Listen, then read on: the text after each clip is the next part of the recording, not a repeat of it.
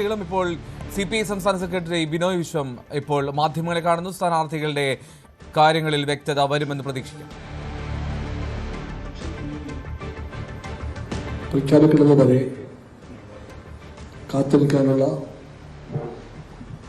LDF തീരുമാനപ്രകാരവും അതാണ് ശരി എന്നുള്ള ഇടതുപക്ഷ ബോധ്യവും കൊണ്ട് ഞങ്ങൾ ഈ പ്രഖ്യാപനം വരാൻ കാത്തിരിക്കുകയായിരുന്നു. കമ്മ്യൂണിസ്റ്റ് പാർട്ടിയുടെ സ്ഥാനാർത്ഥികൾ LDFന്റെ സ്ഥാനാർത്ഥികളായി 25 പേർ രംഗത്തുണ്ടായിരിക്കും.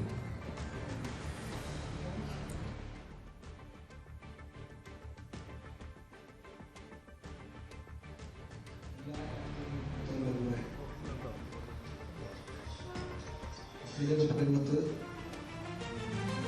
ഔദ്യോഗികമായി തന്നെ ഈ നിമിഷം മുതൽ രംഗത്തുണ്ടാകും. മറ്റാരുണ്ട് LDF അല്ലാതെ ആ മുദ്രാവാക്യം ഞാളാക്കാവുന്നില്ല. അത് LDFന്റെ ആത്മവിശ്വാസ പ്രഖ്യാപനമാണ്. അത് LDF രാഷ്ട്രീയത്തിന്റെ കരുത്തിന്റെ പ്രഖ്യാപനമാണ്. LDFന്റെ മൂന്നാം എഴുത്തിന് വേണ്ടി കാത്തിരിക്കുന്ന എല്ലാ ജനങ്ങളുടെയും മനസ്സിലെ വികാരമാണ് ആ മുദ്രാവാക്യമായി LDF ഉയർത്തിക്കാണിക്കുന്നത്. മറ്റാരുണ്ട് LDF അല്ലാതെ? അപ്പുറത്ത് UDF BJP ഉണ്ടെന്ന് പറയാം. ആ പേരുകൾ രണ്ടായി പറയണമോ അതോ ഒന്നായി പറയണമോ എന്ന് എനിക്ക് ഉറപ്പില്ല, ആർക്കും ഉറപ്പില്ല. രണ്ടായി തോന്നിക്കാമെങ്കിൽ പോലും ഒന്നിച്ചാണ് അവരെപ്പോഴും LDFനെ നേരിട്ട് വരുന്നത്. 1991 ആരംഭിച്ച രാഷ്ട്രീയമാണ്. കേരളത്തിൽ ഏത് വിധേനയും ഇടതുപക്ഷ വിജയത്തെ തടയണം എന്ന ഒരേ ഒരു ലക്ഷ്യത്തിൽ നിർത്തിക്കൊണ്ട് BJPയും കേരളത്തിലെ കോൺഗ്രസും എത്രയോ കാലമായി ഈ അവിശുദ്ധ സഖ്യത്തിനായി കൈകോർത്ത് പിടിക്കുന്നു.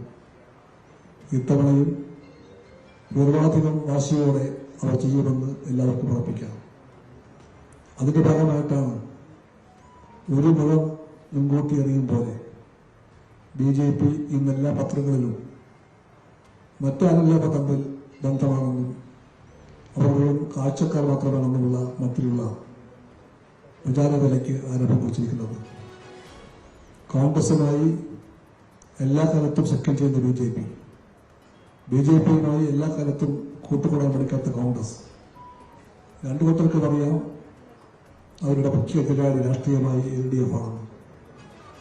പക്ഷെ എല്ലായ്പ്പോഴും ചെയ്യപ്പെടെ തന്നെ അവരാക്കാര്യം മുന്നിരിക്കുന്നുണ്ട്. ഇനിയും മുന്നിവെച്ചേക്കാം. എത്ര മുന്നിവെച്ചാലും ജനങ്ങൾ ആ സഖ്യത്തിന്റെ ലാഭത്തിനെ പറ്റി കാണുന്നുണ്ട്.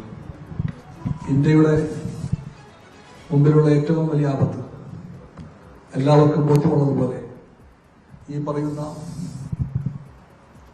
വർഗീയ ഫാസിസമാണ്. ആ വർഗീയ ഫാസിസത്തിന്റെ മുഖമാണ് BJP എന്നും ഉള്ള കാര്യം മറന്നുകൊണ്ടാണ് കേരളത്തിൽ കോൺഗ്രസ് ആ BJPയുമായി സഖ്യം ചെയ്തത്. RSS ആശയത്തിന്റെ രാഷ്ട്രീയ രംഗത്തന്മാരാണ് BJPക്കാർ. കോർപ്പറേറ്റ് കൊള്ളകളുടെ സംരക്ഷകരുടേടവർ യുദ്ധപരിപൂർണ സാമ്രാജ്യവാദത്തിന്റെയും സിയോണിസ്റ്റ് യുദ്ധക്കൊതിയുടെയും എല്ലാം ബന്ധത്തിലുള്ളവർ. അതിനെല്ലാം ഭാഗമായിട്ട് അവർക്കെല്ലാവർക്കുമുള്ള പൊതുവായൊരു ലക്ഷ്യമാണ് മുഖ്യ ശത്രു ഇടതുപക്ഷമാണ് എന്ന കാഴ്ചപ്പാട്. ആ കാഴ്ചപ്പാട് ലോക രാഷ്ട്രീയത്തിൽ അമേരിക്ക നയിക്കുന്ന സാമ്രാജ്യത്തിന് എല്ലാ കാലത്തും ഉള്ള രാഷ്ട്രീയമാണ്. മുഖ്യ ശത്രു ഇടതുപക്ഷമാണ്. ലോകവ്യാപകമായി തന്നെ സാമ്രാജ്യവാദികൾക്കും ഫാസിസ്റ്റുകൾക്കും കമ്മ്യൂണിസ്റ്റുകാരും ഇടതുപക്ഷക്കാരും ഒന്നാം നമ്പർ ശത്രുക്കളാണ്. ദേശീയ തലത്തിലാണെങ്കിൽ RSSന്റെ ഫാസിസ്റ്റ് രാഷ്ട്രീയം, അതിൽ രാഷ്ട്രീയപരമായ BJP അവർക്കും മുഖ്യ എതിരാളി ഇടതുപക്ഷമാണ്, കമ്മ്യൂണിസ്റ്റുകാരാണ്. കേരളത്തിലെ കോൺഗ്രസ് എന്നേ ഗാന്ധി നെഹ്റു മൂല്യങ്ങളെല്ലാം മറന്നു. മഹാത്മാഗാന്ധിയെയും നെഹ്റുവിനെയും ഒരിക്കലും ഓർക്കാത്തവർ. അവർക്കും മുഖ്യ എതിരാളി ഇവിടെ ഇടതുപക്ഷമാണ്.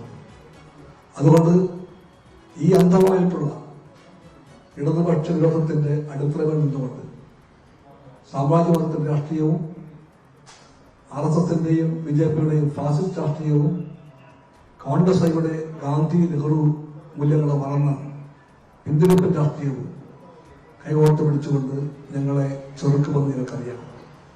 അതിനെല്ലാം അതിജീവിച്ചുകൊണ്ട് രാഷ്ട്രീയമായി പോരാടി രാഷ്ട്രീയമായി വിജയിക്കും എന്നുറപ്പോടുകൂടി തന്നെയാണ് ഞങ്ങൾ LDF നാമത്തിലേക്ക് ആവർത്തിക്കുന്നത്. മറ്റാരുണ്ട് LDF അല്ലാതെ?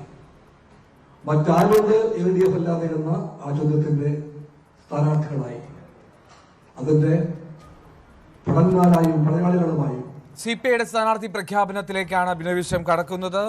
എന്നാൽ തൊട്ടു മുമ്പാണ് കേരളത്തിലെ ഉൾപ്പെടെ 5 സംസ്ഥാനങ്ങളിലെ തെരഞ്ഞെടുപ്പ് തീയതികൾ പ്രഖ്യാപിച്ചത്. കേരളത്തിൽ ഒറ്റഘട്ടമായിട്ടാണ് വോട്ടെടുപ്പ്. ആ ഒറ്റഘട്ടത്തിൽ ഏപ്രിൽ 9-ാം തീയതി കേരളം പോളിംഗ് ബൂത്തിലേക്ക് നീങ്ങും. കേരളം വിധിയെഴുതുന്ന ദിനമാണ് ഏപ്രിൽ 9. ആ വിധിയെഴുത്തിന്റെ ഫലപ്രഖ്യാപനമാണ്, ഫലം അറിയുന്ന ദിവസമാണ് മെയ് 4-ാം തീയതി. അങ്ങനെ ഏപ്രിൽ 9-ാം തീയതിയും മെയ് 4-ാം തീയതിയുമായി കേരളത്തിലെ ജനാധിപത്യ ഉത്സവത്തിന്റെ പരിസമാപ്തിയായിരിക്കും. അന്നറിയാം കേരളം ആര് ഭരിക്കും, ആരൊക്കെ ആണ് തെരഞ്ഞെടുക്കപ്പെടുക, ആരൊക്കെ നിയമസഭയിലേക്ക് എത്തും എന്നുള്ളതിൽ ഒരു വ്യക്തത വരും മെയ് 4-ാം തീയതി. ഏപ്രിൽ 9-ാം തീയതി കേരളം വിധിയെഴുതുകയും ചെയ്യും. എന്താണെങ്കിലും കേരളത്തിന്റെ പൊതുവായിട്ടുള്ള ആശങ്കകൾ, അല്ലെങ്കിൽ വിഷു, അല്ലെങ്കിൽ തൃശ്ശൂർ പൂരം പോലെയുള്ള ആഘോഷങ്ങൾക്ക് അപ്പുറത്തേക്ക് ഈ തെരഞ്ഞെടുപ്പ് തീയതി ഒരു തരത്തിലും ബാധിക്കുന്നില്ല എന്നുള്ളതും മറ്റൊരു പ്രധാനപ്പെട്ട കാര്യമാണ്. മനു ഭരത് ന്യൂസ് ഡെസ്കിൽ നിന്നും ചേരുന്നുണ്ട്. മനു, അങ്ങനെ തെരഞ്ഞെടുപ്പ് തീയതിയായി ഈ പറഞ്ഞതുപോലെ വിഷുവോ തൃശ്ശൂർ പൂരമോ ഒന്നും അതിനെ ബാധിക്കുന്നില്ല. പക്ഷേ നമ്മളെ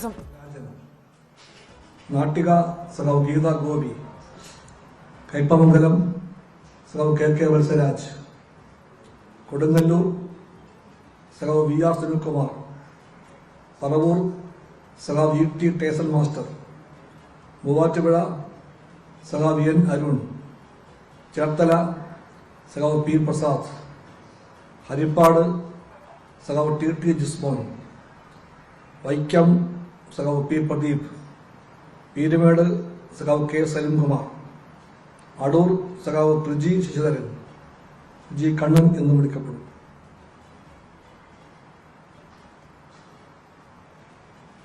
പുനലൂർ സഖാവ് അജയപ്രസാദ് C, ചടയമംഗലം